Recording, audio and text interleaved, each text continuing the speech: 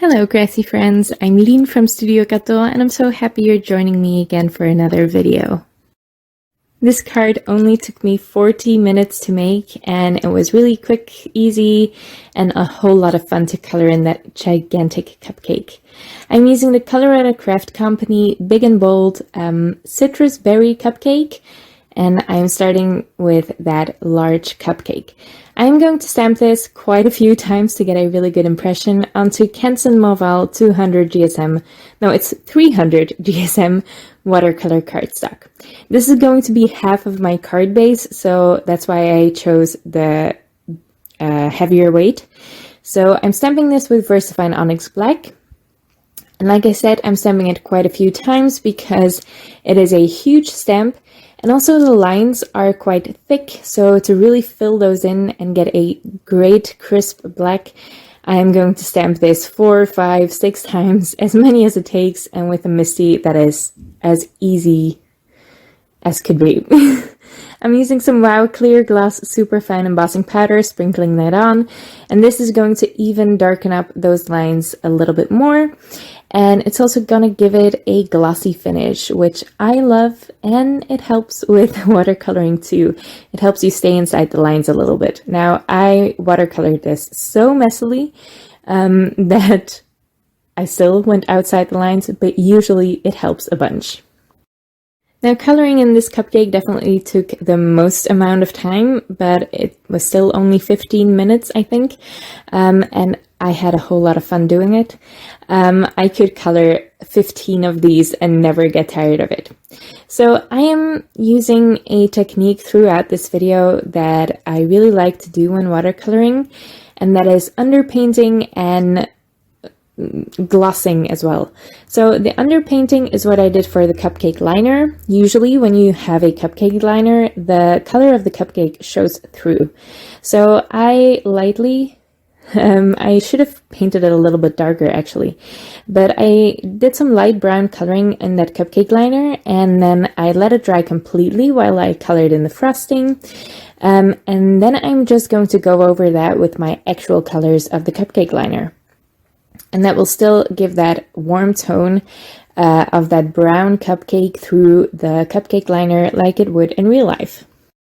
Now, I'm by no means trying to give this a realistic look, but I am trying to deepen up my shadows here in the frosting.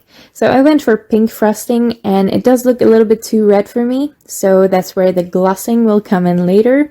But first I am deepening up the shadows and then also painting in that raspberry.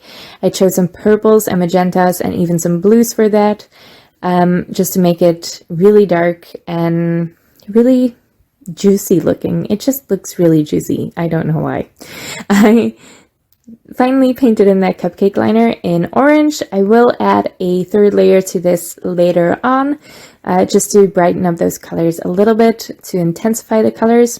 And here you can see me paint over the entire bit of frosting with a really light but very bright pink layer. I wanted to brighten it up a little bit. Like I said, it's a little bit too red for me, not enough blue in there for the pink, and I'm just coloring in that citrus there. I chose to go for an orange look because that matches my cupcake liner, but I definitely add in some yellow there too. Now, as I said, I'm painting this really quickly and really messily. I'm also using quite a big brush too, and I really like that watercolor look for these big and bold stamps by Colorado Craft Company. Now, as I said, I wanted this to be more pink, so I added a very hot pink in there by the end. But I made sure to blend it out, so I only used it for the shading really, and I blended it out so it was barely visible over the previous layers I did.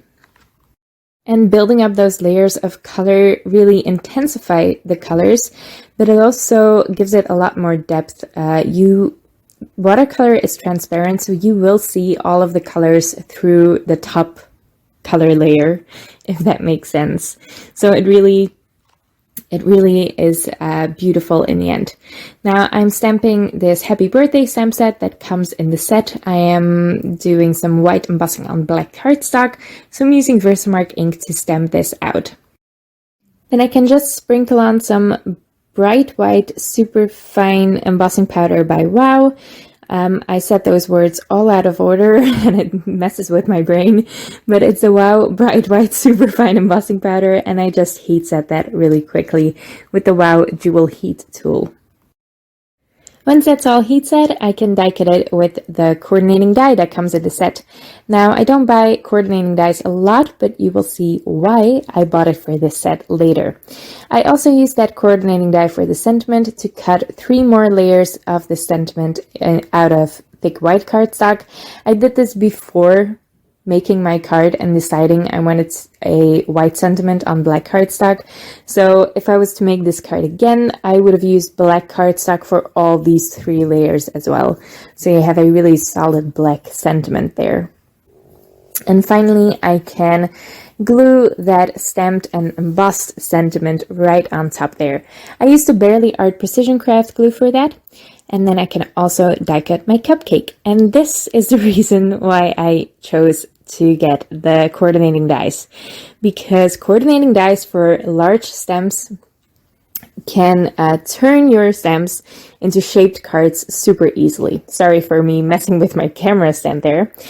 I just die cut a second cupcake out of plain white cardstock. This is very thick cardstock, and I put a score line near the top of that. I reinforce the score line with my bone folder, and then I can add glue to all the areas above the score line, and that's where I can adhere it to my colored cupcake. It will create a hinge, and that will make my card base, my shaped card base. And you can do this with any large stamp and coordinating die, or even just your basic nesting dies. I often make circle cards this exact same way, just with a nesting circle die, and you can make oval cards, anything you want with just some nesting dies or shaped dies like this. I'm just going to glue that stacked sentiment in place there. It does hang off the edge a little bit, but obviously that's not a problem. This is a little bit smaller than A2 size, so it's still gonna fit perfectly in my envelope.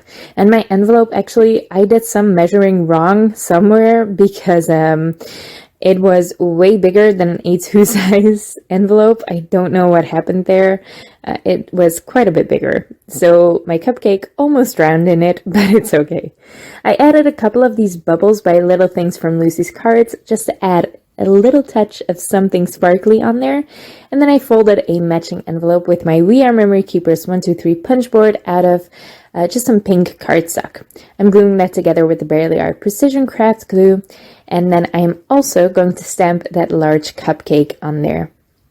Now, I didn't like the way that it just hang off the top there, so I am moving my envelope up a little bit, not in the corner of my Misty anymore, which stresses me out because it can always move. And I'm just stamping that in Passion Fruit ink by Pink Fresh Studio.